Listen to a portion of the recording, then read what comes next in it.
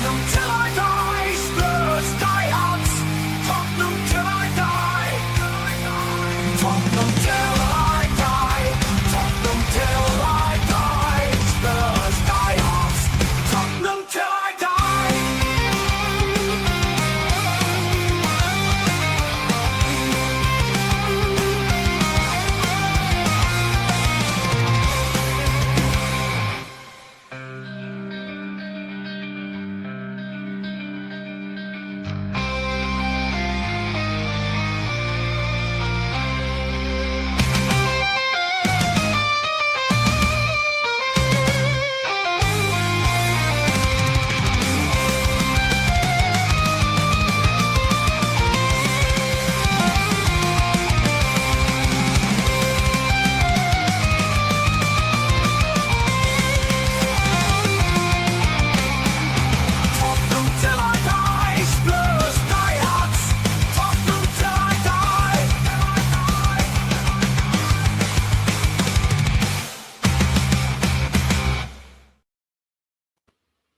Good evening. Just a last comment in the chat there. Another defeat, another therapy session. You are absolutely right. And just one Sunday, it would be lovely to come on and talk to you and introduce my stellar panel and Adrian after a wonderful win. But another Sunday, another defeat. Honestly, it is getting quite ridiculous. So without further ado, I'm going to show you my T-shirt or my polo shirt, because I'm a big Northern Soul fan and our motto is keep the faith. Well, let me tell you, it is bloody hard to keep on keeping the faith the way things are going. But we'll discuss that and we'll find a light at the end of the tunnel, I hope. First of all, good evening to my Brummy friend who I was doing really badly with before. It really wasn't very nice of me at all. Straight from Crossroads Motel, Cy, our resident Brummy Spur. Good evening, Cy. How are you? Hello, Ian. Yeah, I'm not too bad. Thank you very much. Always a pleasure to come on Spurs Diehards. As you can see, I'm in a white shirt and black tie at the moment. Just in mourning with the very slow, painful demise of our beloved football club at the moment. Desperate for a win. I will not be changing out of this until we finally get a win. So, yeah, a lot to talk about, I'm sure, and I'm looking forward to joining you three and having a good chat about we will do our best. And funnily enough, despite how ever bad it is, rather than moping, when I'm hosting a show and I've got great people to talk to, wonderful guests in the chat, then it seems to lighten the mood somehow. And to help me with that process, I have one of our regulars, my good mate Brad Matthews. How are you, Brad? Hi, Ian. Oh, yeah, you know how it is. You know, we've witnessed the football today, which we're obviously going to talk about, and you literally got World War III happening outside us as well. So, you know, it's been a good day all round, really. Yeah. Hey, listen, if only our forwards could shoot as well as the American missiles, well, yeah, wouldn't we? But, I'm afraid that's my gallows humour at the moment. And yeah, my invisible friend, or my impossible friend, or my pointless friend, however is introduced on the TV shows, Adrian. Good evening, Adrian. How are you doing? Yeah, I'm fine. I'm sure we get into it. I mean, there's a lot to talk about. Like things are sort of like we are teetering on the brink almost now. So, like, just fortunate the fact that everyone around us lost. So we're in the same position. But that's right. Steal all my thunder. You host the show. I'll fuck off and watch Coronation Street. Yeah, you're right. I'm sorry. I mean, and there you go. It is really hard to keep the faith with everything is going on. But we do our best. That's the point. We do our best. And I'm having trouble with my technology here. I don't know what I'm pressing here. But yeah, I mean, there's a few people in the chat. Jimmy's there. Phil King is there. Adrian's even in there. Brian's in there as well. So, look, really good evening to all of you. Fulham 2, Tottenham 1. Probably flattered us in the end. and you still, as it's always the hope that kills you, those last few minutes, and we're piling on some pressure, getting some corners, you almost think we might get something. But Si, let me start with you. That's the team. What were your thoughts on the team? Once again, Ian, I was first and foremost, I was disappointed not to see Sousa starting with a left-footed left wing back. Also, I was just Danso on the bench. I was hoping he'd have been starting ahead of Dragusin, but there's not much to choose from there, is there? Really, I mean, the guys on the bench, he's struggling for choice. But when you look at it, when I first saw that lineup, I couldn't decide whether it's going to be a 4-4-2 or a 3 at the back or what. And the way they were lining up before the game as well, I just had no idea what it was going to be like, to be honest. Adrian, I'll come to you. I don't think I've got everybody on the stage from what I can see. Can you have a look at that? I'm talking to Brad. That's it now. Yeah, you got it right now. Right, okay, great. It's at my end as ever. Technology not my strong point. Brad, I mean that Si raises an absolutely critical point. We see the players, and we'll talk about substitutions later. But it was a bit difficult sometimes to know what the shape was. Well, yeah, initially we thought it was going to be Porro, Dragusin, and Van der Velde as a free back three.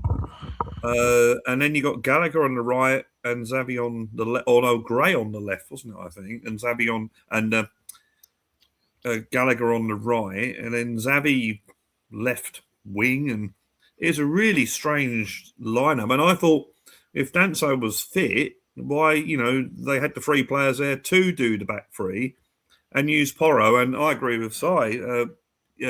This guy we bought from Brazil is an attacking left back. So if you're going to play the 3 at the back, if Porro and he's fit, then you play that formation. But they didn't, and it was just really difficult to work out. And also we'll talk about substitutions a bit later. But that starting lineup was very, very. I don't think, apart from maybe Mwani and Solanke up front, I don't think, and the two centre backs and the goalkeeper, they're about the only 5 players that I thought were in their right positions. Everything else in really well out. So we didn't start with a decent, a very good lineup in my opinion. Anyway. Ian, you're muted. Oh. Thanks. Ian has struggled since they've invented the wheel. I'm okay. Well, no, tell me. Some people would rather I shut up anyway, I guess. But particularly Si with my dreadful but Brummie accent. But let me put this to you, Brad. I wonder with Porro and Danso both having been injured, if he felt I can't risk them both. Well, I mean, that's obviously possible. We don't know what goes on behind the scenes. Maybe Danso only just made the bench. Maybe they just put him on the bench with I think, well, okay, we'll bring him on if we have to. And let's face it, they only brought him on because he's got a better long throw than Dragusin. Well, so I've actually got a point about Dragusin. Yeah, so that's the only reason. That's the only reason. From what I was watching, that's the only reason he actually came on at the end. So maybe he wasn't fit enough, and they just had him on the bench as just in case they needed him, an emergency. Yeah. But even so, we've gone with Paulinho in the back 3. I'd have played that better than, say, Porro. I know that Terry Venables famously did it in Euro 96. He had Tony Adams and he had Stuart Pearce on one side and Gary Neville on the other side as a back 3. And Anderton and I can't remember the guy on the left might have been, I can't remember who it was, as the wing back. So it can work that way, but was it McManaman? It might have been, yeah. It might be McManaman or the guy from Forest. It's not in Stuart Forest. Pearce. No, the winger from Forest. I think it's Forest. I can't just remember, but I mean, I know Spence was injured, But I think Spence would be a better sort of fit for that sort of right-sided in the back three. But he was injured, so he couldn't do that. But yeah, it's just very, very weird. Adrian, a bit for you to get your teeth into there. Perhaps you'll no doubt want to talk about the team and the tactics. I'm worried about these changes in formations at this stage of the season is only serving to confuse the players. It's confusing the fans as well, though, isn't it? To be honest, I mean, even us. I mean, like, and that's without irregulars with a list of injuries. I mean, when you look at them, you think, wow, we're struggling to pick a team in a formation now. Wait till everyone's fit and we've got more fit for the championship. You know what I mean? So, yeah. So, but, I mean, I feel a bit, I mean, I get we're sick and tired of seeing like square pegs in round holes. I get all that. But in a way, I can feel for Tudor in a way. He's gone with his experienced players and he's just trying to make them work by playing square pegs and round holes because he's still finding out what he's got and he hasn't got much time to do it. No. So he's had 2 games now where he's done this, right?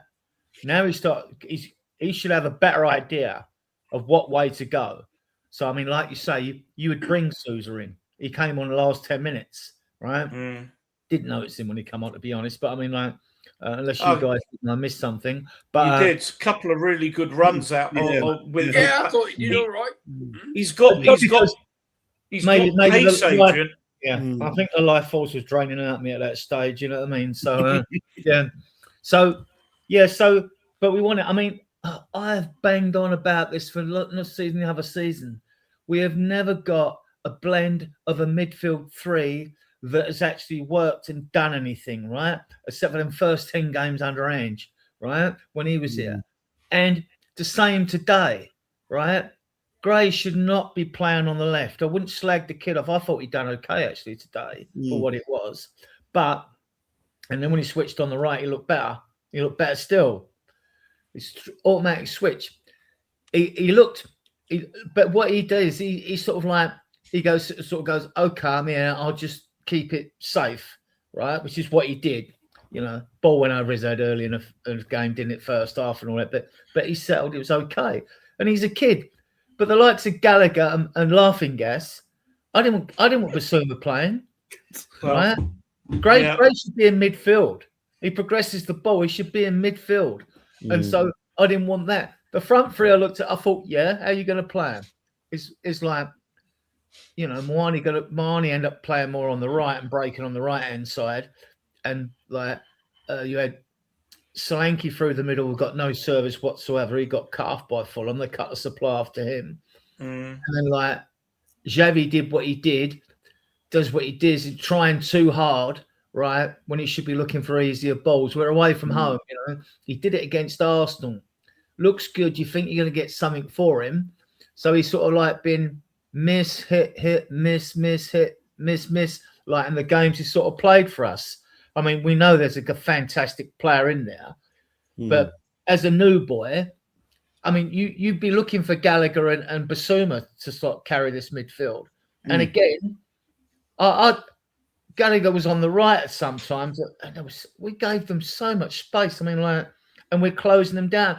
The only improvement I sort of see was I could see what Tudor's trying to do him, getting us to push up more. Push up more to the halfway line, either in a mid-block or move up to the halfway line at times. We did that at times. So we know that's part of his thinking. Apart from that, I haven't got a clue what his thinking is. Let me keep you in on this, and I'm going to bring the others on this very point. Is if you're going to press, you don't press from the back forward, you press from the forward back. And it seemed to me, Adrian, and this is what really worried me, there was once or twice where Fulham, they were passing the ball to the goalkeeper, and there was once that Xavi Simons ran in on the goalkeeper. Sai, I think, may have spotted this. It happened more than once. But the 3 behind him, Solanke, Muani, say Bissouma, dropped. And if you're going to put pressure on the goalkeeper and there's little out balls to other defenders or short midfield players, you have to press them from there. And then the other midfield players push forward and the central defenders push forward as well to squeeze all the space, Adrian. And we just didn't do that. It's like the whole tactics are incoherent. What teams do to us, basically, don't it? When we're pissing about at the back, that's what they do to us. They all press up on us. Well, they should know who leads it. So it should be Solanke. He's the central striker. He should lead the press. Once he goes, everyone else should go. Now, you might not expect Moani to do it. I don't know. I don't know how good he is. But the others should. You know, and again, I just think, look, the midfield's just it's just disjointed. It lacks cohesion. I mean, there's no pattern there in the middle. Yeah, well, we don't progress it forward as much as you like, and even the defenders. But the midfield, they're the link. They're the link to both. And we all know, like, most games are won and lost in midfield. That's what we're taught as young footballers. And there's just nothing there. There's nothing there. So, well, you could revert if you haven't got nothing in midfield. You could revert to a long ball. It was a bit less of the long ball today. I thought we did try and play it, keep it on the deck and try it down. Vicario's kicking was a Oh, did you see that one when he took the free kick? Oh God, The free kick, and he just completely went out for a goal kick to Fulham. And then he pulls up a wonderful save. Go on. Yeah, so let me move the discussion on a bit. What's worrying me is this guy's had, he's had a couple of weeks now, 2 games, we've lost them both. We're still leaking goals badly. He doesn't appear to be, and this is a guy that we brought in knowing that when he comes into a new club, he gets a tune out of them. And he doesn't appear to have improved anything or anybody in the 2 weeks he's been here. Yeah, no, I mean, I agree with you there to an extent there, Ian. But, I mean, if you look at the teams that he has took over before, they have managed to win games in games previous. Juventus, they were like 5th or 6th, and he needed to get them into Champions League. And that's the same for the other team. I think, was it Lazio or something? He took over and brought them up. But with us, we have not won a game since before Christmas in the Premier League. So we're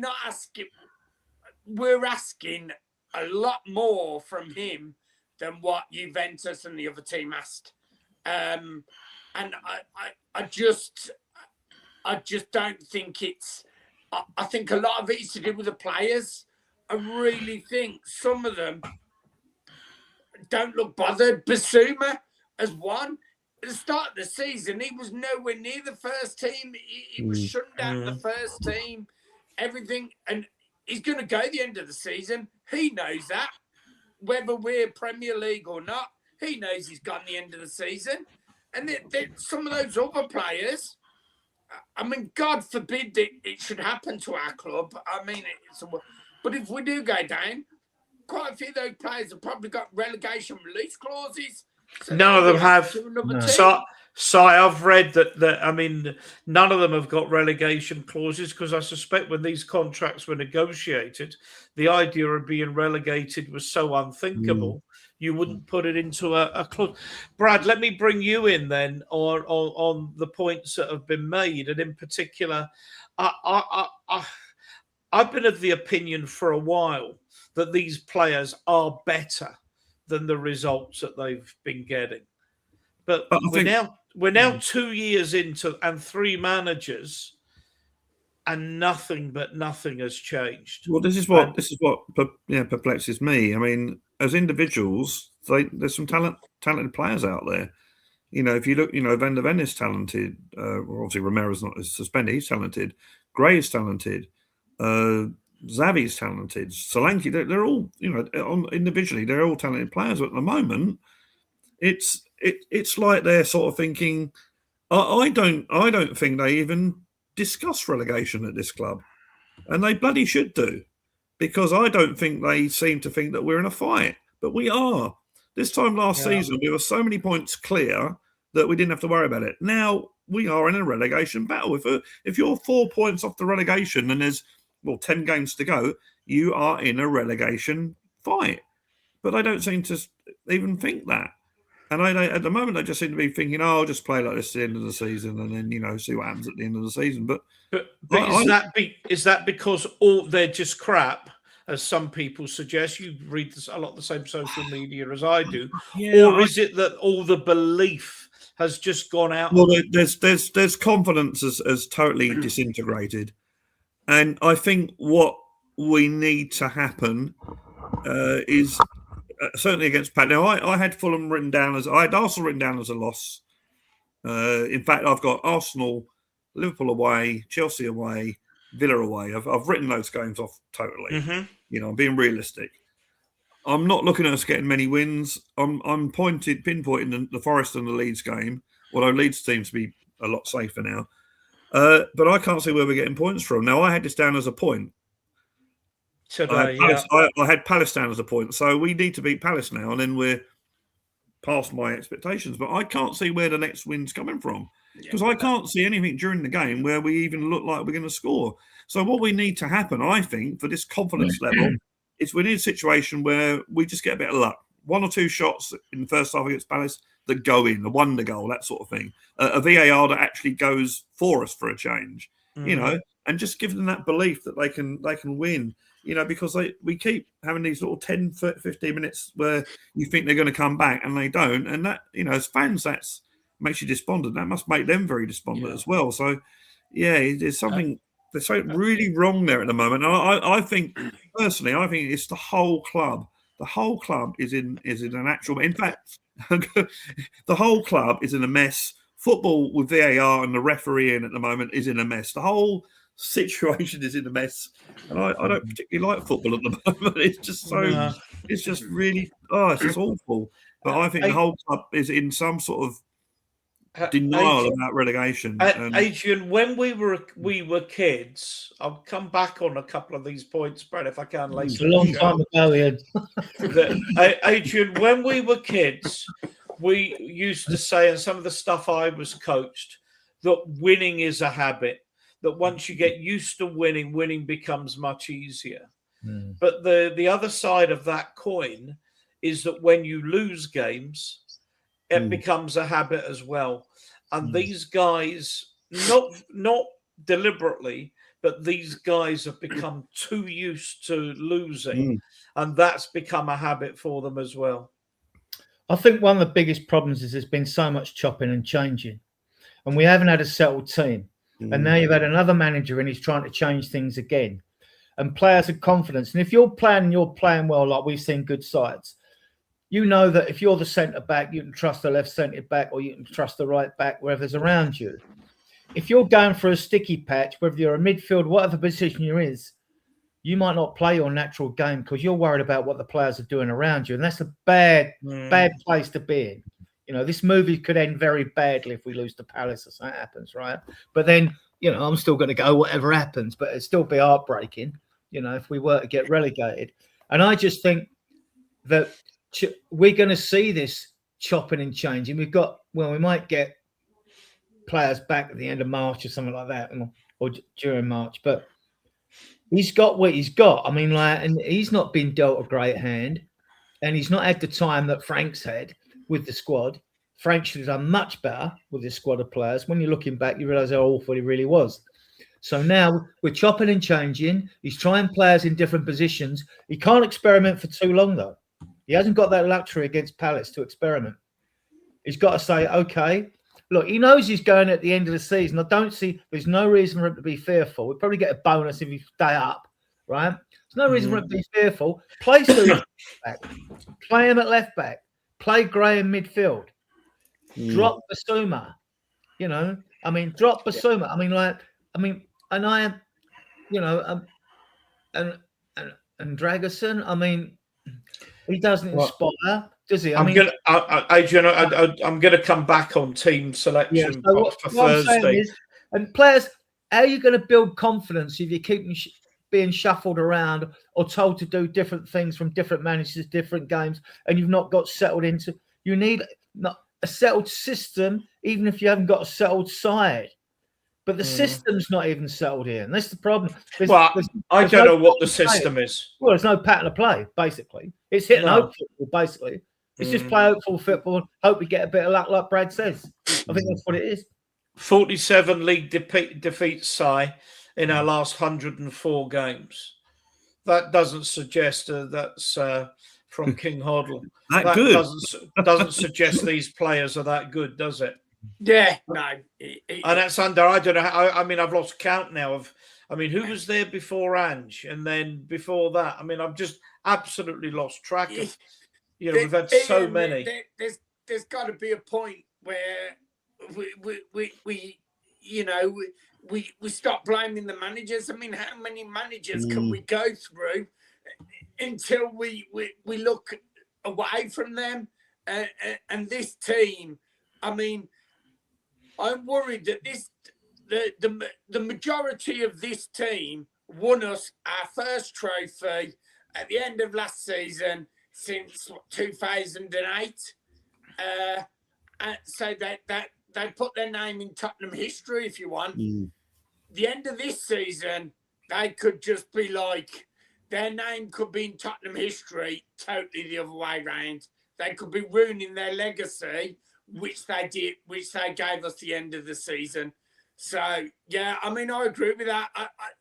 I think some of our players are good, but I wouldn't class them as top players. But no. It's not about individuals, it's about a team, and they're just not playing as a team whatsoever. Brad, I'll move this on. One comment from you, and I'm going to start talking about some of the facts in the game. But do you sometimes get the feeling with any situation like this that if we could beat Crystal Palace, and it's a huge if we could beat Crystal Palace, then suddenly you hope that some of the confidence would come back. The players would realise they're good players, as some of them are. I mean, they're not all. They can't all be that good because we wouldn't be in this mess for 2 years running. But some of them would produce better, would get some results and performances, and we would at least get away from this imminent worrying threat of relegation. I think, yeah. I mean, today, in a parallel universe, Fulham's first goal doesn't stand. It's 1-0 at half time. They go really, really, really close to making it 2-0. We get the equaliser, and then we get that shot that we had right at the end. It doesn't block. It's not blocked. It goes in, and we get a 2-1 win that we didn't deserve. That's what you want, really. You want the win. So no matter how we get it against Crystal Palace, they need a win, which gives them that confidence that, we can win. We can get these points. And the thing about beating Palace or winning a game is it puts pressure on the other teams that are below us. Because suddenly they have to think, we've got to get some results. I think West Ham are ironically, West Ham are at Fulham on Wednesday, I think. And I'm not sure. Forest are playing Wednesday as well, away against Man City. All right. So you hopefully, well, you know how football is. West Ham could probably get a point at Fulham or beat them or something stupid. But that's the point, isn't it? Yeah. If they both lose again and we could get something, suddenly we're 7 points clear or whatever we are with a vastly superior goal difference. And they all of a sudden, the whole psychology changes. Exactly. They realise suddenly, hang on a minute, we've got to start winning a lot more games. Because I put Tottenham down to get a maximum 12 points. It's now gone down to 11. And even if you got that, which is a very low amount, not that we were guaranteed to get that, but even if you get that, that means that West Ham would literally have to win 5 of their last sort of 10 or 11 games.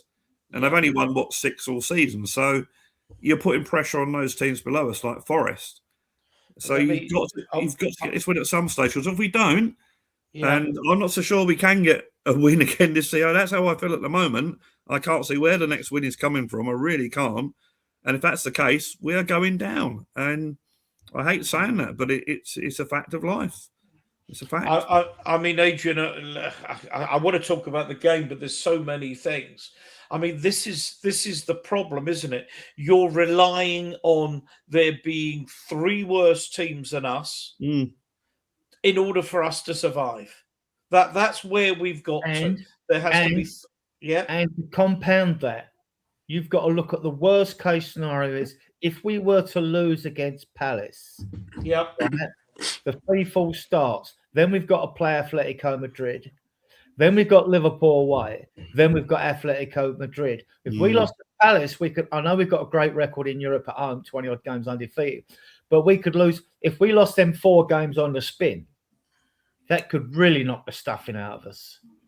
Right? I'll tell you what. I'll tell you if that's the case, Adrian, I'd play a totally different first 11 in the Atletico Madrid games. Yeah, I would as well. Yeah, great. All right, I've cut the thing up there about the early goal, Harry Wilson's goal, but that's the question. Si, let me bring you in on that one. Well, on the WhatsApp group, Ian, as soon as that went in, I put a post up saying consistency, loads of question marks after, just to see, thought, right, consistent, disallow it like last week. No, allowed. All I want is consistency. We either go with 2 arms in the back, it's a foul, full stop, disallowed, or I can't see any difference between what happened last week to what happened this week. Tell me if I'm wrong. I really can't. So whether or not VAR just went with the on-field decision like they did last week, but it changes a game. A goal changes a game. If it's in the middle of the pitch, whatever, but a goal changes a game. So they've got to be 100% sure that that's not a foul, really. I think, as you say, the only difference was the fact that the referee made 2 different decisions. He gave the foul last week and gave the goal this week. And you're right, VAR. And I don't mind that rule exactly about VAR sticking on the side of the referee. It's like in cricket with the umpire's call. I don't mind it exactly, but it's just the inconsistency. I chatted to Arsenal fans about last week's game and saying, well, the push on Mawani in the first half and the push on Gabriel in the second half, they're either both fouls or they're both not fouls. Yeah. And yet one wasn't given and one was. So, so it's the same with this situation. The push on Gabriel last week, the goal's disallowed correctly, and the foul this week should be disallowing the goal as well. So they're either right or they're either wrong. You're Brad, right. the push today looked a lot looked worse than what Mawani did to Gabriel last week, but I just think Gabriel made more of a meal of it, and perhaps that's what the difference is. I mean, you can add to that Ekitike's push on Romero for Liverpool's first goal. I'm not bothered that you go with the on-field decision. But I'm bothered by the inconsistent decision making, and it does seem to me that the point you've made, Brad, is absolutely right. If there are 2 hands in the back, and Peter Banks has made a rod for his own back, pardon the pun, by saying if it's 2 hands in the back, it's a foul. Got no problem with that. But then when you see Ekitike's on Romero earlier in the season, and I can't remember who it was now on Dragusin today, it's total inconsistency. We're on the wrong side of all 3 decisions, and we're in the shit. So we bring you in on that. No, I agree. And when you want the decisions to go your way, it seems at the moment every decision isn't going our way. And like yourself, all I ask for is inconsistency. I'm sure it isn't a fact, like if they're getting advantage from it, which Ekitike got advantage from it. Fulham did today from Jimenez from the push against Dragusin. So surely they're fouls because Mawani, I'm happy with Mawani's to be disallowed last week if the other 2 were disallowed. It's the inconsistency that doesn't just annoy us. I think it annoys all football fans. But for us at the moment, it just seems like every decision is going against us, to be honest. Adrian, that happens, doesn't it? When you need a bit of luck, when you say you make your own luck, but when things are going against you, everything just goes against you, and it's hard. Especially when you see you see some of these above waist challenges on our strikers during the game, right? There was one on Marnie down the right hand side during the game. Forget who it might be. I'm not sure.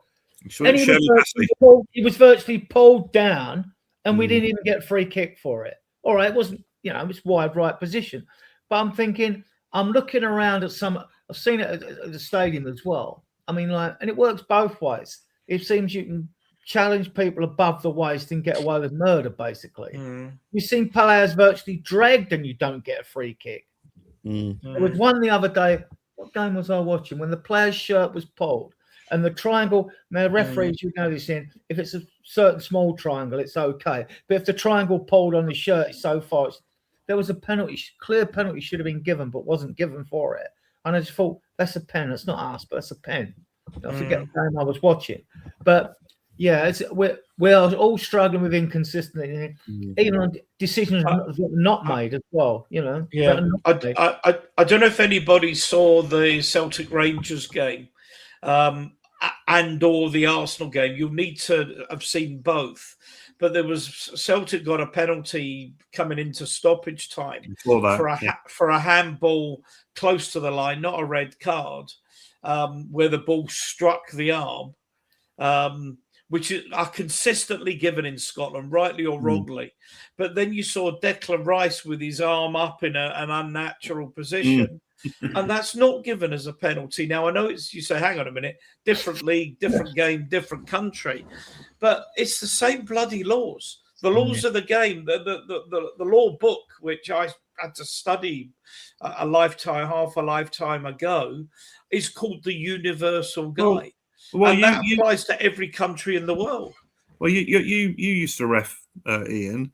I mean, I you know, and okay, if people want to accuse me of being typical Tottenham fan, hating Arsenal, blah blah blah blah blah, yeah, fine, do it. But I think Arsenal blatantly cheat at corners. I think they blatantly cheat. Yeah, you know, and they've got attacking and defending, Brad. Yeah. I mean, if Arsenal didn't score from corners, they would be in a relegation fight with us. A bit of an exaggeration. Yeah. All right. Let's move it on. I mean, I think we're all of the same opinion. But VAR has done nothing to improve the game, in my opinion. Iwobi's goal, I must say, I always liked him as a player. And every time I see him playing for Fulham, he always looks a class act, Adrian. Nice finish, wasn't it? Yeah, fabulous finish. I mean, got to be fair, it was a great finish. But I think he's a class think act. He was going in because when I sit, I thought, the post. I did. Yeah, I thought it was going wide, and it curled it. I thought, and it just seemed at the right amount of curl on it to just creep in. I didn't think it was going in at first. I thought, that is a good finish. But the space he was given, though. I mean, yeah. Close them down. Don't let them. I mean, we've seen so many goals scored against us from far out this season that you just close down the guy. Although, can anyone that knows anything about goalkeeping, can you answer me this?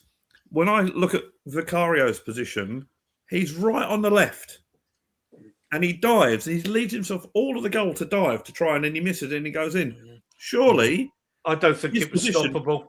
Surely he's stoppable. But don't you reckon that surely if he's in the centre of the goal where I think he should be, he hasn't got so far to dive and maybe he gets it. And I mean, look, I'm not a goalkeeping coach. I don't, So I used to be 6'4", Brad, and played a bit in goal when I was younger. I just think it was it was such a good finish. It started outside the post. I'm not taking anything away from the goal, and I'm not saying that Vicario would have saved it.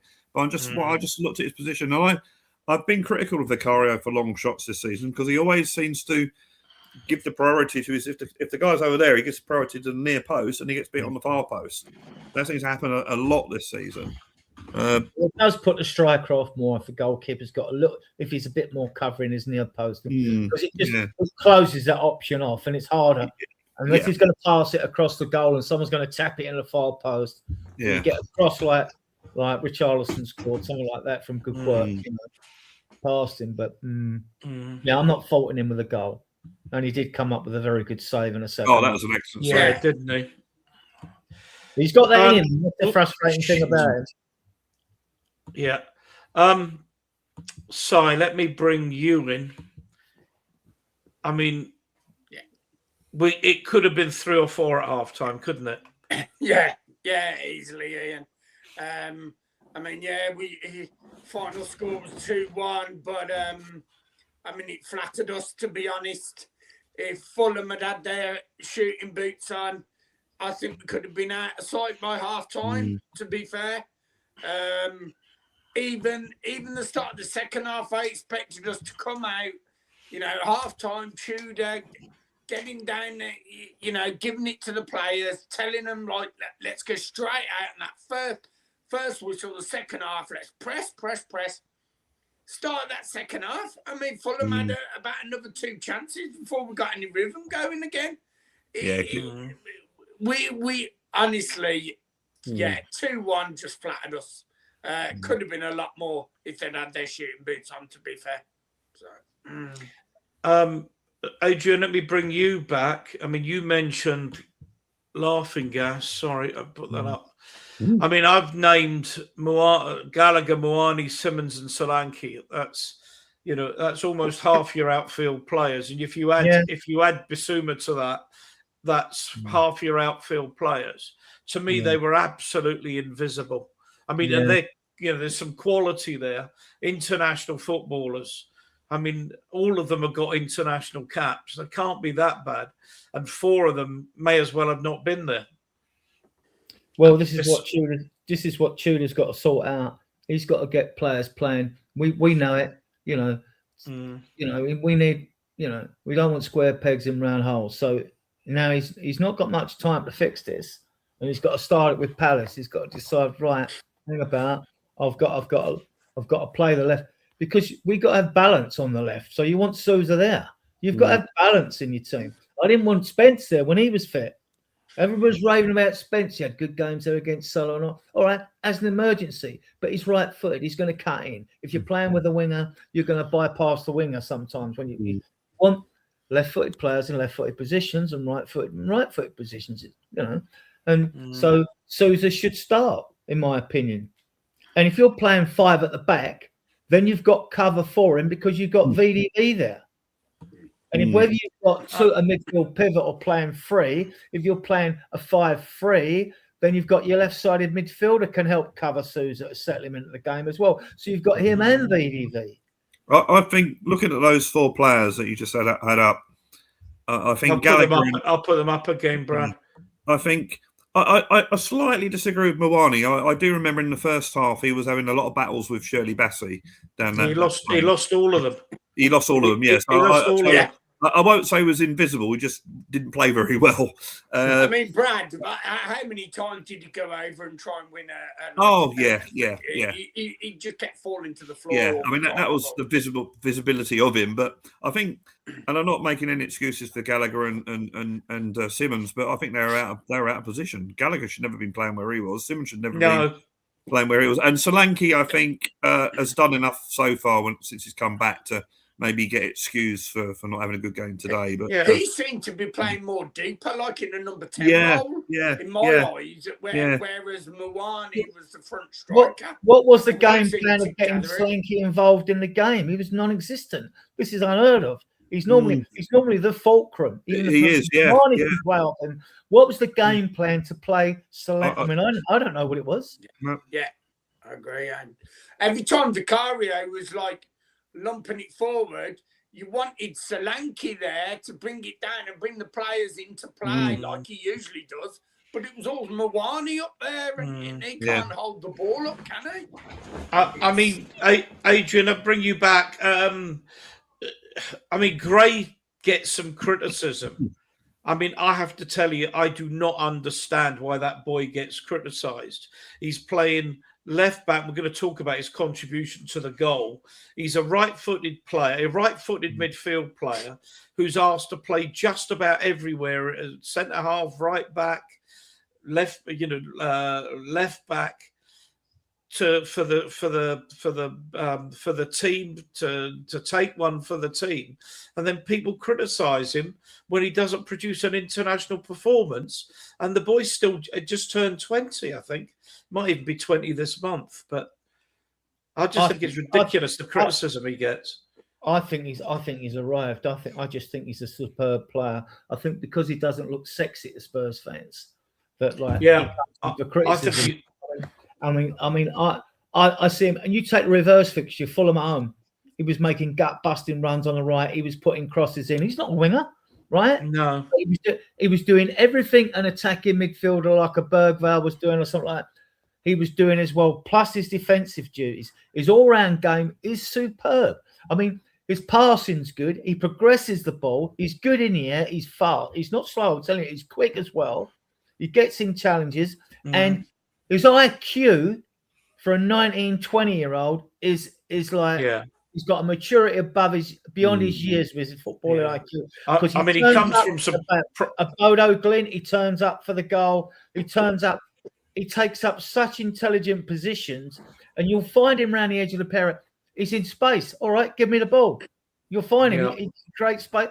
I mean, I just don't. I think people just underestimate him, or they haven't seen enough of him. I just think it's fantastic. I don't get the criticism. I mean, Brad, I'll bring you in. You obviously had a wee comfort break there. I'll let you off. Get me a beer out the fridge, though, can you? People in the chat may have a different view. I think the criticism of him is borderline ludicrous. For a kid, he's come from, and Adrian made a point about his intelligence. He's clearly been brought up with football in his blood from a young age. Whether it's his great uncle Eddie or is it Frankie's dad? Frank Gray and Eddie Gray, yeah, Eddie Gray's his great uncle. I mean, we'll remember Eddie Gray, but he clearly has a football brain. He'll play anywhere for the team. And yet we know he could be a really good midfield player. You'd have him. I'd have him in my team instead of Conor Gallagher any day at the moment. Instead of Basuma. I think Archie Gray's a really good player. I really do. I agree with everything you guys have said. He tries to progress the ball forward. He makes runs. I mean, the run he made for the goal. He's very intelligent. Okay, he'll make the mistake every now and again. He's only 19. I just think he just needs a bit of experience playing alongside him, which technically speaking should be someone like Gallagher. And I think we'll see the best of him. But yeah, he's been put, when you think he's been played in literally every position, I'm surprised he hasn't played in goal actually, and yet he gives it his all. And the look on his face at the end of today, he was truly disappointed. So, right, there might be some players there that are basically playing out the season, but I don't think he is for one moment.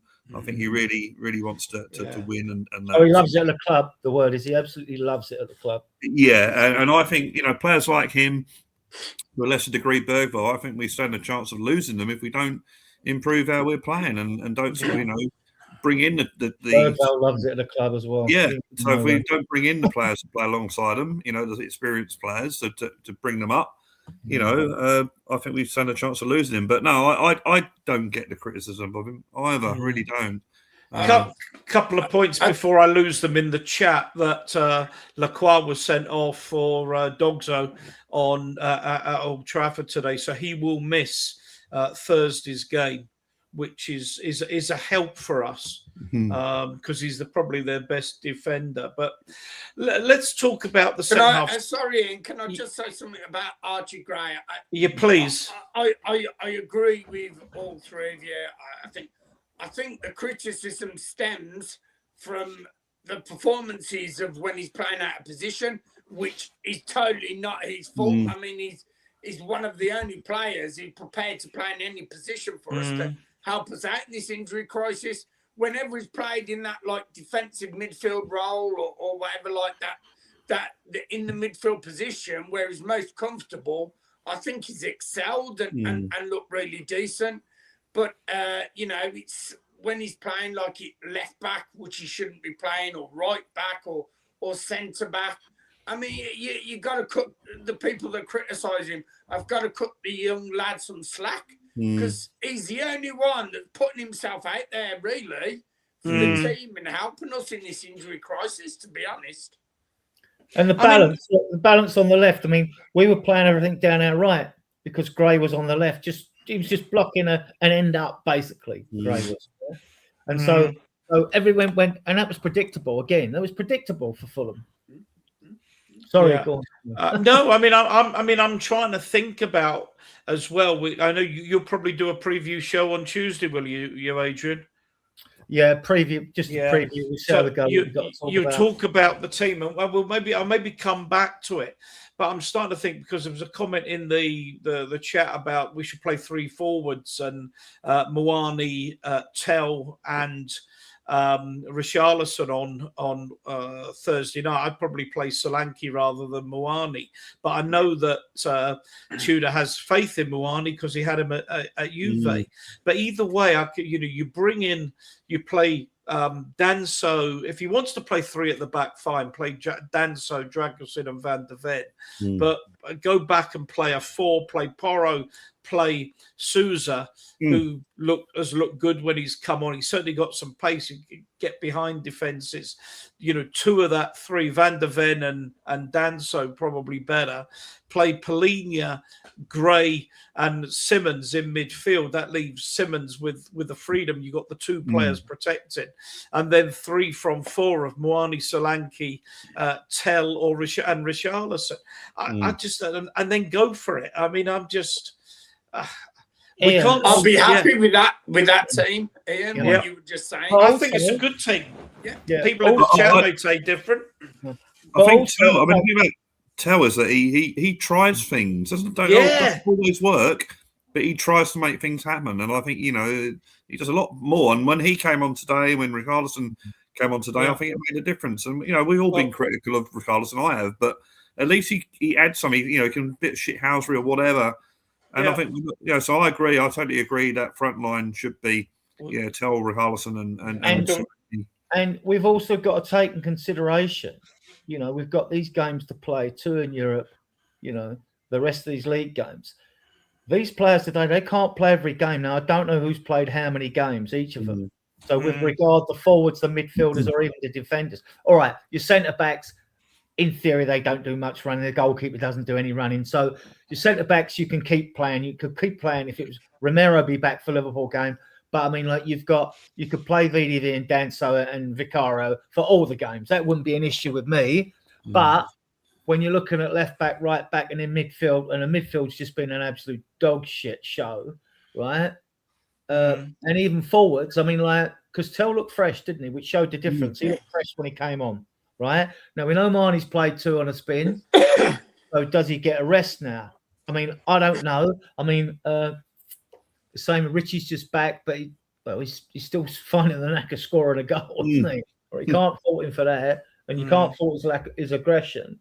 So, and then Solanke was off it today. So, I think Solanke and Richie are a bit fresher than Moani is, at the moment.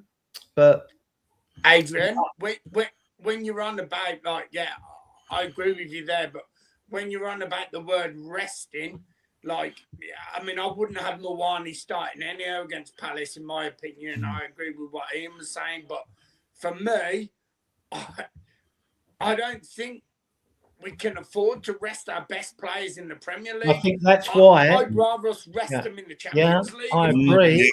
Yeah. I think that's why he did his substitutions on the hour mark. Well, to rest those players, because he knows we got all these games coming up as well. Not because the players were bad necessarily. I mean, it wasn't a good performance all round, but I think that's what he's going to have to do. He's going to have to constantly sub players on the hour mark. If he's not going to play youngsters, right, he's going to have to constantly sub them. But in terms of his game management, he took off three, in my view, totally ineffective players. He brought on Sarr, who was okay. Tello, I thought, say a little bit of shithousery, but he certainly got a little bit about him, and he had a bit of confidence to go at players.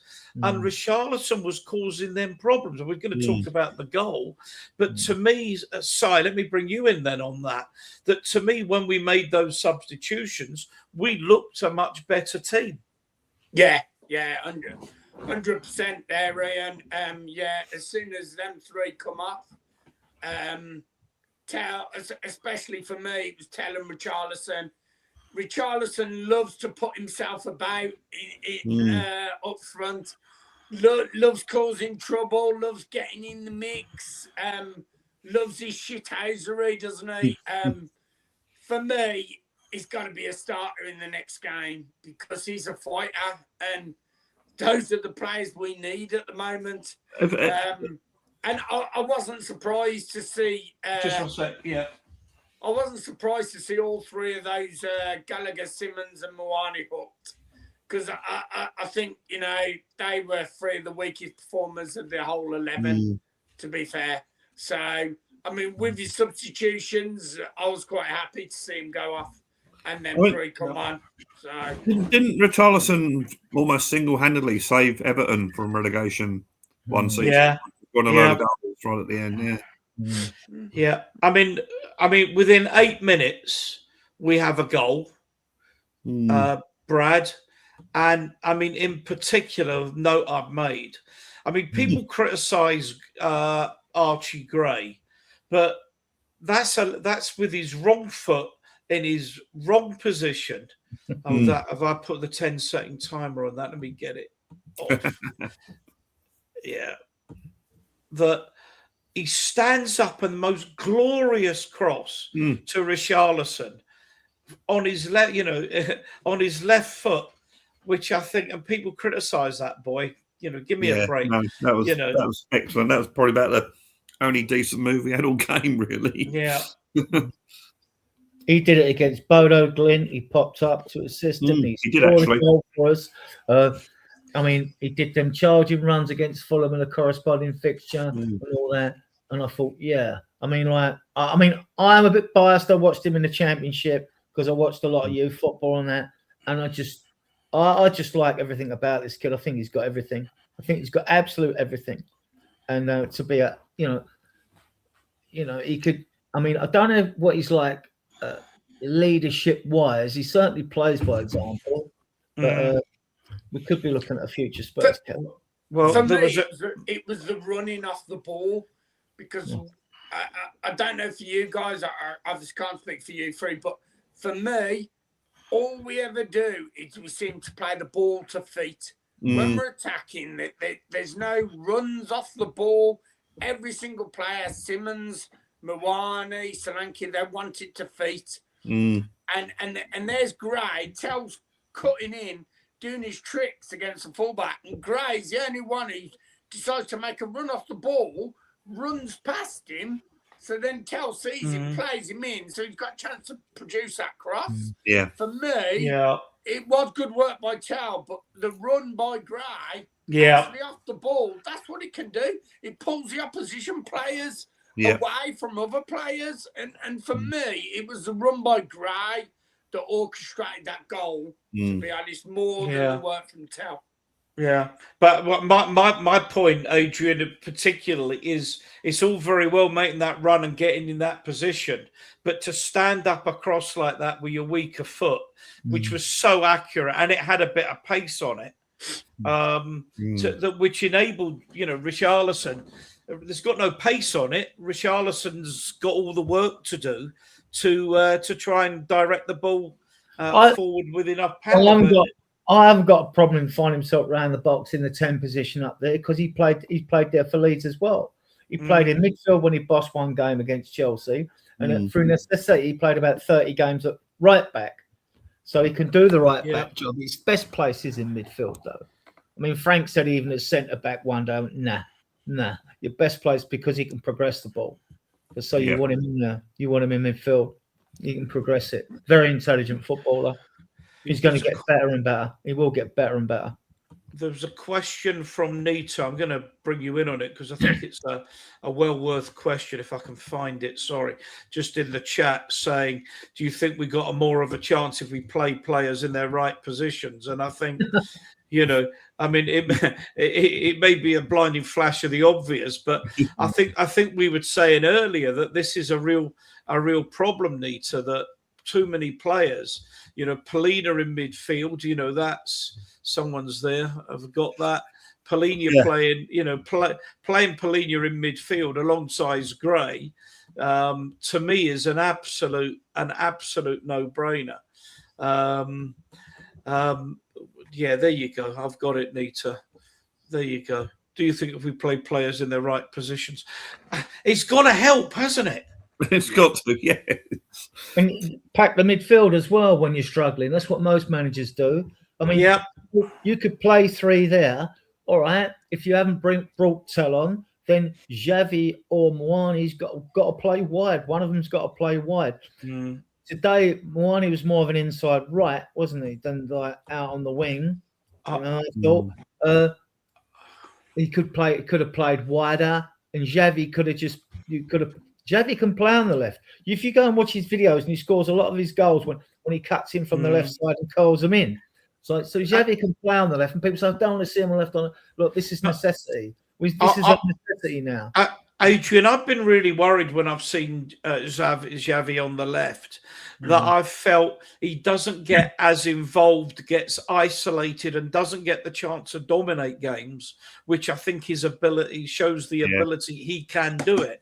And one of the reasons I was talking about Polina and Gray is that they could give him the protection to really go out in a central position and go out and express himself. And if he's got the fullbacks, particularly Sousa and Porro could get forward, plus Tell and Richarlison giving him giving him out balls, we can stretch any defence with that, and particularly one that's just lost their best central defender suspended for the night. Yeah, I think he should play as a number 10, just behind the strikers. He's got the ability to do that. He needs to be involved in the game. I mean, he needs to improve a little bit. He does tend to do what Kudos used to do, and take the player on and try and beat him again. A few times today, he could have released the ball quicker or earlier, but I think that would be his position. I'm not saying that wouldn't work. One striker against Arsenal didn't work. We know they're a very good side. You're not going to play Arsenal every week. So this is the thing, though. Tudor has got the luxury of like experimenting for too long with different formations. So, I mean, you could play Gray behind Solanke or Richarlison or Moani, and it could work well. I want to see 3 in the midfield behind Gray. And I know what you're saying about him on the left here, and I agree, but needs mean that like we've got to try something else, and I think unless you're gonna, I mean, if you're gonna play 2 strikers and Xavi's in that team, I want 3 midfielders behind him. I've been screaming for it for ages. So even if it was Gallagher, Gray, and but then you'd have to go back to a back 4, wouldn't you? Which I don't think he's going to do. No, you could 5-3. You could go 5-3. I mean, you could go 5-3-2, or you could go to a back 4, but you could go 5-3-2. Right, so you'd play with 1 striker, not the 2. Just Xavi roam all across the front. I'm going to be honest with you. I've seen us under Poch, not under Poch, under Ange, under Frank, and now under Tudor, conceding goals when we've tried to be firmer in defence. I've got to say, I would rather we played 4-3-3 and actually went for it. Really went for it and attacked the team. Got the crowd. You'll be at the game, Brad. You be there? Not this Thursday. No, I got my ticket on sale for that. I mean, Adrian, you'll be there. And if the team really goes for it, I mean, what 2 disappointing results. I mean, it's been people complaining about it being toxic, and it has. But if you were at the game, Brad, you were at the game. I saw you there. Adrian, you were at the game against Arsenal. I saw you there too. The whole atmosphere was completely different, and the sense of optimism and passion. The players were right behind the team, and we need. If we lose again, you can see that you'll see that evaporate again. That if we could just get one victory, it just needs a scrappy 1-0. Who cares? The problem with the Tottenham Hotspur Stadium is it's got such a lot of facilities is that you don't get many fans back in the ground when you kick off the second half. And I think they lost a lot of atmosphere last week against Arsenal, and Arsenal scored after 2 minutes of the second half. So, but I know what you mean. It was a good atmosphere. We as one whole club's got to put in an effort. But as fans, if we're at the game, we need to really get behind the team and that. Yeah, I mean, you could play 4-4-1-1. I mean, we played that when we had Van der Vaart, in behind the striker. I just don't think I he's going to just play. think I think he's going to play back three, Adrian. I just he doesn't seem to change, does he? Yeah. I think he'll stick to a back three, like you're Yeah. saying, Brad. I don't think he'll change to a back 4-on-4. I'd like him to, but it doesn't seem the type to give him with the formations he believes. Well, you see if Spence is fit for the next game, but if you're going to play the back five, right, this is what got me today. You knew two wing backs. We got Porro, but you wouldn't class Gray as good as he is a footballer as a wing back. Well, Sousa, I think, maybe What's got to be Sousa? As Ian was alluded to, and others you alluded to, then if it's not going to work, then play 4-3-3, which is my favourite system anyway.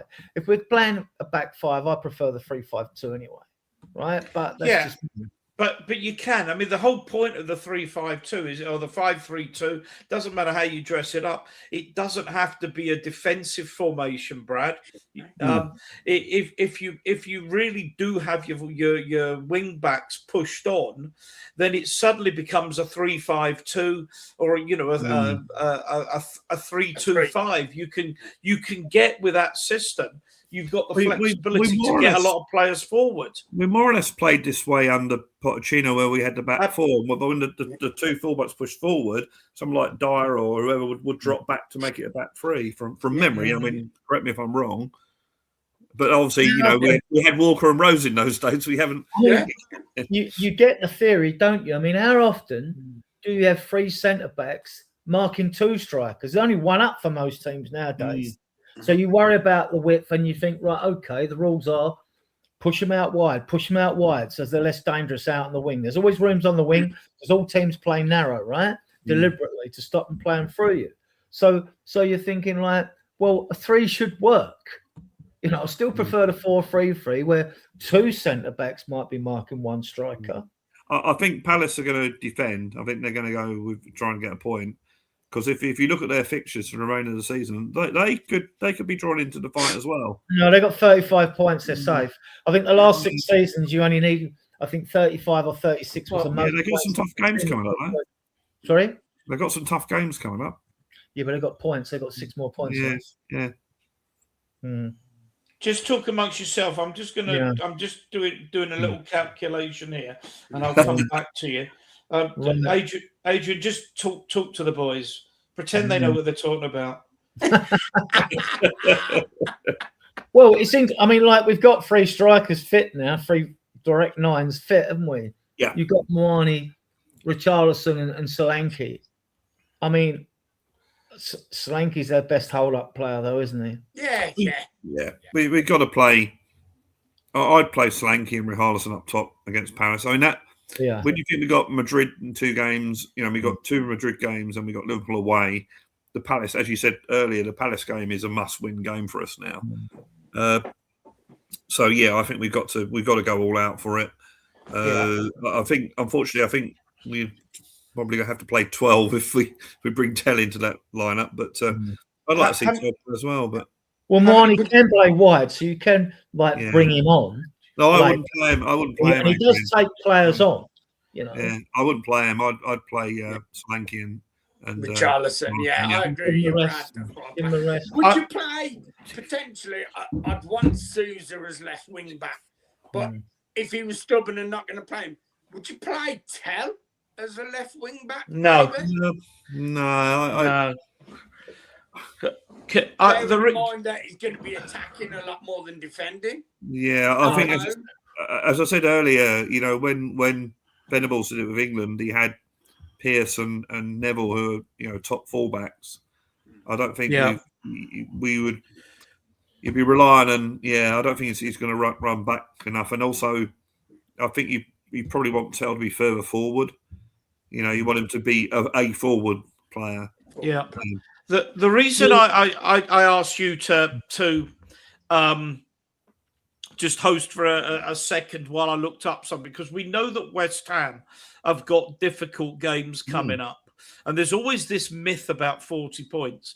I think West Ham, ironically, are the only team to go down with more than 40 points in the last 20 years or something like that. You don't usually need anywhere near 40 points. Now, West Ham have 25 points. Boy, you're sounding like the West Country. Where's Mark Cousins when I need him? Get off my land. Get off my land. And then you pull the accent. West Ham have 25 points from 28 games. If you then divide that by 38, you get 33.928571429. Let's call that 34 points. I'm glad you did We've that. got a superior goal difference. West Ham have a hard run in. On that basis, 5 points keeps us up. Yeah. I mean, this is. I'm not saying you rely on 1 win, 2 draws, and everything in the garden's rosy. But 2 wins, 3 wins almost certainly keeps you up, because on that basis, with 25 points so far, that realistically they shouldn't get more than 8 more. Yeah, but the problem with that, Ian, is that everyone's played the same amount of games. So if you divide, if you give the average amount of points per game, they're going to end up in the same position because we've all played the same amount of games. No. What they've got up to now. Right. They've got up to now. If it's divided, I've divided. What I've done is So you're saying they're going to get 34 points. I've divided 25 by 28, which gave me 0.89 whatever points per game, and then multiplied that by 38 to say that on their current trajectory, and they've got difficult games to come. They had Liverpool, they've got Fulham away, and what have you. They will get 34 points. The good thing was that they lost heavily at Liverpool. If they'd have lost by an unlucky goal or something, you think, oh shit, they're playing well, but they got well beaten. So that's a good thing. Well, the other thing is like games are running out for teams below a Cutchers as well. Yeah, we've got the 4 points is a big gap. It's a big gap, right? Plus the goal difference. Right, and like if we beat Palace or something, doesn't matter if they get the win at Fulham. I know that, if Forest were to win at City, they would go above us and we'd go down to 4th from bottom. You know what I mean? But you still got to play Palace on a Thursday because they play Wednesday. Offer me 17th at the end of the season, I'm going to take it. Don't worry about that. Brad, I'm sorry, I've just bitten your arm off. Yeah. So, we could be 4th bottom come Thursday, but that's just that's only looking at the league table. We've still got the games to play, and we have got. Fixture list. I did put a banner up here. I haven't got Chelsea away and Everton at home. It's their last game up here, but we've got. We've if we can just get a home form kicking. We only want to win 2 or 3 games. We've got Everton at home. We've got Leeds at home. We've got Forest. The only thing I will say is that win 2 of them, as Ian said, I think we're done. We're all right. Statistically, we're due for a win. So. And then so with that, so the home games are Palace, Forest. The worry for me is Brighton. We've got winnable games. There are quite a few winnable games when you look at those fixtures. That's on paper. At the moment, on form, we are the worst team in the Premier League. This is the problem, isn't it? Bottom. Yeah. We've got to try and win any game at the moment. My theory is say if we drew against Paris, then you've got to look at, I know we've got good form in Europe, right? Great form, 20-odd games. But then you've got Atletico Madrid away, Liverpool away, and then Atletico Madrid at home before we play Forest at home. And we might need points for Forest if things don't go well against Paris. Well, that's the first set. Forest will be playing in Europe we could quite easily drop like a stone. If we got nothing against Palace, we could quite easily lose the next 3 games. Then our confidence would be shot. We showed fight in the second half. We didn't, Guys, we crumbled and got beaten 4-0, right? We didn't. Adrian, let me stop you because you talk about us, and we've got Leeds at home, Everton at home, Forest at home, and Palace at home. Now, I'm not going to say we'll get 12 points there, but nobody's going to tell me that we don't have the ability to win 4 games there. But if you look at West Ham's game, on Wednesday they're away to Fulham. Next Monday, that's an FA Cup game, that doesn't count. The following Saturday, the 14th, they're at home to Manchester City. Then they're away at Villa. All right, then they're at home to Wolves. Then they're away at Palace, home to Everton, away at Brentford, home to Arsenal, away at Newcastle, and then they play Leeds. I mean, realistically, do they get more than 9 points from those games? I doubt it. But Tottenham have got to play like they are going to get those points. I couldn't agree with you more, Brad. But my point is, I know you're barring saying, a miracle, and that's why people are saying they shouldn't get more than 9 points. Yeah. Which means we only need 4, 5 to stay up, and just start winning an effing game. Just win a game. Ian, I've got to say, when you look at them, we've got Brighton at home, Leeds at home, Forest at home, Palace at home. Yeah, you'd bite your hands off for those guys at home. Absolutely. The only issue is we've got to have the worst record at home in the whole Premier League this season. Si, there's a point of me that says if we can't get 5 points, or we can't get even 3 more points than West Ham from our remaining fixtures than they get, we don't deserve to stay up. So they're 4 points here. So we need effectively Yeah. we need to outdo West Ham every weekend. It's 4. Is it 4 points over West Ham?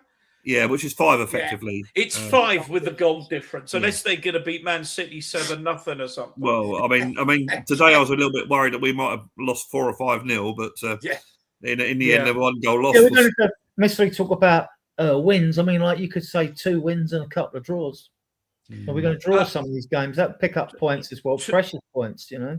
8 points. 8 points. If we get 8 points from that, Adrian, they've got to get 13 points to overtake us from those fixtures. You know, it is calamitous. This, I don't want to, anybody think that for a minute that I think we're not in serious danger. We are in serious danger. We are, but we don't know. You see, when you start getting on a losing run, it's a question of how deep the bad psychological effect happens. It's contagious. It happened with West Ham as well. They fought bravely in some of their recent games and ain't made it. And that can work 2 ways. Yeah, we can get out of this, or it can knock the stuffing out of them. You know, so same could happen to us though. You know, we're at the moment we're a sinking ship. Really. With the way we are, we're leaking lots of water, and I think we've just got to hope that West Ham or Forest leak more water than what we do. Really. I suppose we might possibly have some players coming back that are injured, bit by bit. Yeah, bit by bit. So that could help. Although it still doesn't excuse the disastrous transfer window in January. Well, I think you'll see. Disgraceful. By the time we play Atletico Madrid in the second leg, by the time we get to Forest at home, you might find Bergvall's back. That would be brilliant. He's a lovely player. Yeah, agreed. I think he could be back there. And I think in March sometime, might be later March, because he'll want to be back to play for Sweden. Destiny, you doggy as well. Kudos. That gives balance, and that gives you a lot of balance when he's fit. He'll probably be back for 2-3 games. I think he'll be back. He'll be back by then. Right, he'll be back by then. Yeah, he's been unlucky. I think he's a fan. Why not play Sousa in the Atletico Madrid game? Give him some confidence. Get him some. I would definitely play Sousa on to give us balance. To play him on Wednesday night. Thursday night. You say that. I don't know if he's in the squad. He might not be in the Champions League. Thursday, Adrian. Thursday against Palace. Yeah, he's got Yeah, to play. I'd play him against Palace. Nothing to lose. Yeah. Nothing to lose by playing him. But I right. don't think he got picked for the Champions League squad because. Oh, okay. Yeah. I mean, Mm. I don't. With him being a It young might be though lad because and it being might at be one home of as his well, conditions of signing. I honestly think the fans would forgive him the odd mistake, you know, the misplaced pass because he's a young lad. But the balance he'll offer us, like Ian was saying earlier, it's the balance. The balance he'd offer us at home. I honestly think we'd look a lot better. One thing he's got, Sorry, I've cut. One thing he's got real pace. Yeah. And the one thing that defenders hate. Tell's got some pace. Richarlison's no slouch. You doggy's very fast. Him and Spence are the next two fastest players in the club. But with Ian's just gone. I mean, but VDV's covered you, doggy, when he's gone forward before. He can cover for Caesar. Yeah. We've seen him come back, VDV, and we can't get the player away. Adrian, we can't get through. We can't get because Romero's coming back after Thursday. Liverpool game, yeah. Which he'll be welcome back for as much. Romero will be able to play against Atletico Madrid, though, won't he? Yeah, absolutely. He's not suspended for European games. Yeah. So at least you'll get a game there to get his fitness up, etc. So. Yeah, I was actually chatting on WhatsApp, having a conversation with Martin, who you know, Adrian. And I was saying about, in the Championship, it might be fun, winning games, and we're probably going for a trophy. It's the same trophy that we won in 1961 at the end of the day. But Martin made the comment. I really enjoyed our year in the second division. He said, but I was 21 then. I'm 70 now. So I was 17, 18. I didn't realise you were as old as that, Brad. No, not me. This is I was actually. I was 17. Si, how old are you? Yeah. How old are you, Si? Me, 50 this year. So. 50. Oh, wow, I'm I was 28. hoping I was going to be the youngest for a minute. No, I was 17. On that, I mean, that's no laughing matter, relegation. As much as we would win games and things like that, me and Ian have been relegated. I'm being it's a different ball game now. I see one article. I haven't treble sourced it like I normally do to check the facts, but it was a quote from Kieran Maguire that estimated it would cost his club 260 million if they got relegated. Yeah. No, I haven't double checked that, but we know. Look, it would cost us loads, even with a parachute payment. It would cost us loads. This is particularly for people, any of the younger ones watching. Relegation is a very different situation because actually we might well have brought in more money in 1977-8 than we did in 75-6 or 76-7 because our attendances were down to like between 18 and 22,000 unless we were playing Arsenal or West Ham. When we went down, the stadium suddenly had 36,000 in it, packed to the rafters, because they were winning games. People want to watch winning football. Yeah. But now gate money is a much smaller proportion of your income compared to television money, sponsorship, and what have you. It's such a different game. We probably lose sponsors as well. It's between 20 and 25% of the revenue. If you look at the 545 million revenue we got 1 year in Europe, and you take off about 6 million a game, and you say 120 million a year in gate receipts. That's only about 20 to 25%. Or on the bright side, it might mean that Ealing have to sell, and they have to sell at a cheaper price. Yeah, I don't want them to have to sell because we're gated. We don't want that. Do you think they'd sell because they're going to have to? No, they wouldn't sell because the price would drop. The price would drop like a stone, so they wouldn't sell. Yeah, I couldn't see them selling. Yeah. It would get very, very toxic, though. I think you'd never. I mean, during the protest with Billy and Connor and all that, they've struggled a bit to garner support, mobilise fans. But I think that would be a totally different ball game. We got relegated. I still think the stadium will be packed. People still want to go and watch football. I still think the stadium. The thing is, there's a danger, Adrian, and the other boys as well want to comment, and maybe you in the chat, that the people like us that are YouTubers, streamers, content creators, whatever we call them ourselves, and those that actually watch our shows are possibly a lot more committed than the people that turn up. And I won't call them the prawn sandwich brigade. That would be a little bit harsh, but our commitment to this club, the fact that we put the hours into producing these shows and being on these shows, puts us in a different position to the others. So even ignoring the football tourists. Well, I think it's it's a contract for life when you pick up your football club. We're not the modern era fan abroad in Africa who supports 3 teams, one in the Premier League, one in the Italian league, one in the German league, and all that. We're one-man teams basically, or one-woman teams, aren't we? One person. I mean, and we're not going to stop supporting our team. Some people might drift away and not go to games if they're disappointed with like losing all the time, which is understandable. Why beat yourself up? Yeah. But then there's others like us that I'm a season to get older and like, well, especially at my stage of life, football is sort of like my life, basically. What's left of my family and shopping, and football is my life. So I'm not giving up my season ticket and not getting it back again. No. I'd probably I'll stream it. I'll renew if I get to that stage, but I'll worry about that if and when that situation occurs. Sure.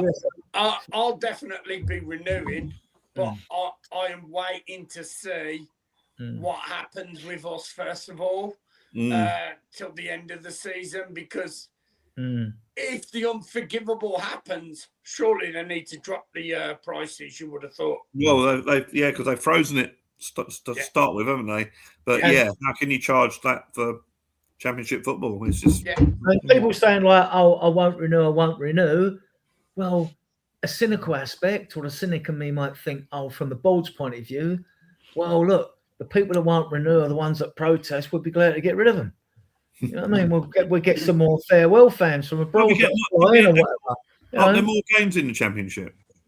Yeah, another 4, I think. Yeah. So we might. So effectively, If Spurs went down, we'd make the playoffs. We ain't going to win it because we do it the whole way. Well, the last time we were in the second division, we only went up on goal difference. So that 0-0 at Southampton last match of the season. I was there. That day. Did we play Sunderland in the last home game and they were rubbish? Brighton could have gone up with Mallory instead of lose them. Yeah. We were. Peter Taylor scored in about 34 seconds that game against Sunderland. I thought that's it. We're there, and we lost 3-2. Yeah, I was at Brighton when we lost 3-1. Oh yeah, and I was at Mansfield. Oh god, that wonderful 3-3 game. We started off well. I mean, we beat Villa 5-2, Doncaster 7-2, and a couple of home games. Yeah. And then we got through. We're struggling now, and then we had Hull at home. We won 1-0. But we barred the goalkeeper. Absolutely. And I think Perriman pushed the ball over the line, and the referee was a homer, and he gave the goal, and we got the fucking 3 points here. Was you there? I was there.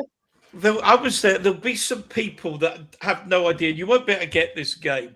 With VAR, I think it was Chris Jones, practically put the goalkeeper into the Park Lane stand. The ball went into the net, and the ground was quiet. There was no rule because everybody knew it was a foul, and the referee pointed to the spot, to the centre spot, and the ground erupted. I remember it was Wayne Daniels. I think was their captain and right back. Chased the referee to the halfway line, like it's a foul. But you're right. The coach was going bananas on the touchline. Their coach because. But so I was living in Australia then, so I what sort of an excuse is that not to go to a game? Well, this is before the internet. This is before even in those days, the football match of the day or whatever the equivalent was in those days used to be shown 8 days after the game took place. So a Saturday game would be shown on not the next Monday, but the following Monday. But I listened to a lot of that season on the World Service, very late at night, early mornings. Including they actually had the Southampton Spurs game on. The last 20 minutes was live, so I remember listening to that and hearing the commentator go, "We got a goal kick right near the end," and the commentator saying, "This will be the longest goal kick Barry Daines has ever taken," and we got the point and got promoted. I can't remember if that was the season we beat Bristol Rovers 9-0, Ian. It was. yeah. It was in October. Colin Lee got 4, Ian Moore's got 3. Yeah. It was, yeah. I was at Charlton. Yeah. You know, my mate Jem's been on this I show. was at Charlton. We lost 4-1. Flanagan lost- and Hales. Yeah, I was there. Mick Flanagan, who was a kid at Tottenham, got a hat trick. Nice. Yeah. And We Hales were got all over them. 4-1. We were all over them, and they beat us 4-1. And And then the we following lost week, 3-1 when Peter Sayre scored for Brighton because he was banging in goals for them for fun. That was when. Yeah. Guys, here's a question for you. Peter Ward. When we actually got relegated that year, did a lot of players leave or anything No. when we actually got relegated? I don't think so. No, But not many of what them. it gave us, Si, was the opportunity. We had a couple of very, very good young players. One Glenn of which Hoddle. was a certain Glenn Hoddle, and the other one was Neil McNabb. Yeah, they had brilliant seasons. And they both came in and they were dominating Yeah, that Perryman. division. Yeah. And Perryman wasn't so young, was he? Perryman would have been, but Perryman took over the leadership, real leadership of the Yes. club. Okay, very reminiscent, but guys, let me tell Johnny you, they Pratt were was very underrated. they were great. They were great times, but going into the championship now, it would be a very different challenge. Yeah. Very different challenge. I mean, people talk all these players, the Van der Vens and the Romeros and players from abroad. You know, we're talking about an era when a player, and you got a foreign player, he came from Scotland, and you got a player from overseas, he came from Ireland. You know, this was not an era until, in fact, we broke the mold when we signed our Diaz and Villa in July Newcastle 1978. might have signed a Brazilian or Colombian left back or something before us. Who? Not Spria. Not There Spria. was They had another. Tarantino. Tarantino or something. Yeah. Yeah, it might have been Tarantino or something like that. Yeah. Yeah. And they had a Yeah. spree, didn't they? Because But- Ardiles and Villa was in the season that we got promoted, wasn't it? Yeah. Yeah, it was 78, 7. No, yeah, it was. Yeah, we got promoted in 78, and they. 38, yeah. No, they came the following year, didn't they? No, because They come after they won the were World well Cup, known didn't in the they? World No. Cup. 77, 78, and we brought them in. Oh, Yeah, we just remember- didn't have any forwards. Our Charlton signed Alan Simonson. I don't know, but they signed him, didn't they? Yeah, yep. Quality striker. All right, guys, that's an hour and a half. That's a wrap, Yeah. I think, I tonight. got all this to do. Adrian, you've got a show now next Sunday. We haven't got a game at the weekend, and you might want to preview. I'll be on a plane to Alicante this time next So week. like you, Ian, going away? No, it isn't, is it? Nice. It's nearly been 6 weeks, Brad. For Christ's sake. I'll do Adrian, Friday show post match Palace, and then I'll wait till the Tuesday. Well, I mean, Alicante might be one of the only places that either the Americans, the Israelis, or the Iranians haven't bombed. So, yeah. Yeah, could they bomb? Hey, if they bomb the stadium, maybe they'll give us the points in sympathy or something. Yes, we really are that desperate, guys. Arsenal played at White Lane during the war. Yeah, yeah.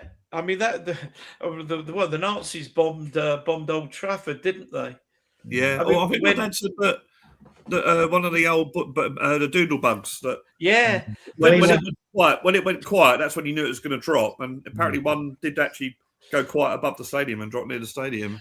They because Manchester United had to play at Main Road, Manchester, Man City's ground in those days. But they had a chant. This is going back to when foreign players weren't the norm. They signed a German. Do you remember this guy called Uwe Saylor? Oh, yeah, Yeah. he played for Germany, didn't remember- he? Yeah, in the World. Yeah, Man City- well, the chant that they were singing was Man City supporters was to the tune of "Knees Up, Mother Brown." Who bombed Old Trafford? Who bombed Old Trafford? Uwe's granddad did. Uwe's granddad did. You know? I remember Man City had Bert Troutman, who played with the Yeah, Yeah, yeah, Yes. yeah. But wasn't he a prisoner of war at one point as well? And he I think stayed. he might have been. Yeah. Oh God! Look, these old farts reminiscing. No, I'm amazed no one switched off. But they. Do you remember the game? Remember the game during the war where we got all the old football players who played the German national team, and we beat them. And I think Pele was playing, or Dillies was playing, and I think the guy, the American, was in the movie. That was in the movie. Wasn't it? Oh, that's right. Yeah, that was Escape to Victory. Sorry. Yeah. I've got black and white photos of a lot of old stuff, the boxing at the old stadium, and all the Germans are standing there doing the Nazi Sieg Heil salute on the Spurs football pitch. Yeah. And the crowd are doing it as well. The Germans and the crowd are doing it as well. Yeah. But it was sort of like, what's his name? Rambo was the goalie. What's his name? That's the actor. Right. Yeah, Sylvester Stallone. Stallone. Yeah. You know that classic scene, did it, where at half time, where they're going to escape at half time, and we can win this. Yeah. This started off as a really good football discussion, and it's degenerated into an even better football discussion. All right, listen, we will leave it there. It'd be nice to get an early finish for once. As ever, guys, don't know what it's like in the chat, but I came in with a sulk, and I'm going to walk away with a smile. And let's subscribe button in the bottom right corner, guys. We've got 80 of you viewing us now. Yeah. Hit that subscribe button at the bottom right corner. Subscribe to the channel and give the video a thumbs up because it helps the algorithm. Big thank you to everyone in the chat, you regular loyal supporters here. Please, and, it's good. Thank you for your comments. Brilliant the way people come on and stay on with us. So I'll say a very special thank you to our guest, which is Si, Brummy Spurs. And you've done 2 shows tonight as well, I gather, Si. So I have indeed, yes. Well done. I love talking about Spurs, Ian. So. Yeah, well, tell me. At least, look, we cheer each other up. That's the good thing. And Brad, one of our regulars, lovely to see you again. I think I've only met you once before at the Arsenal game when we won 3-0. Yeah, that's right. Actually, yeah, I think so. Met in the flesh, so to speak. Yeah, 2 Arsenal games, but absolutely. And Adrian as well. So thank you, everybody in the guest in the chat. Adrian will see you on Tuesday night. I will be at my other job, learning to be a radio presenter. Maybe we'll get there. I'll tell you all about that in another time. Let's hope that we get something on Thursday night because Christ, everyone enjoy your week until Thursday. And then... Yeah, absolutely. Gonna play some soulful music. Feels more funereal every time, but and we will post, anyway. We will post the Samaritan's phone number after Thursday. Yeah, absolutely. And as we say, at least, come on, you Spurs. See you next time. Come on, good Spurs. On, everyone. Peace.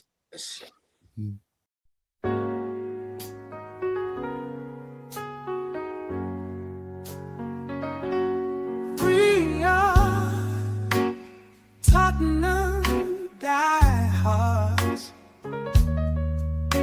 something I can't explain. We follow through sun and rain. When we lose, we don't complain. Yes, we do. Yes, we do. Oh, we do.